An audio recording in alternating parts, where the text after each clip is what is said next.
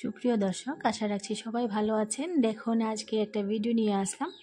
তো আমার স্টুডেন্ট এখানে বসে বসে মেশিনে সেলাই করে নিচ্ছে। এটা একটা ডিজাইনের ফ্রক হবে, তো অর্ডার পেয়েছে, এখানটায় করছে বসে বসে।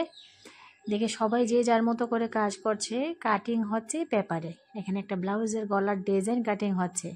প্রথম অবস্থায় কাপড়ে কাটতে একটু ভয় হয়, তার জন্য কাপড়ে কেটে নিচ্ছে মীনাক্ষী। তো বসে বসে দেখছে দীপিকা যে ব্লাউজের ডিজাইনটা কিভাবে করা হচ্ছে, কেননা দীপিকাও এখন ব্লাউজের কাজ করছে।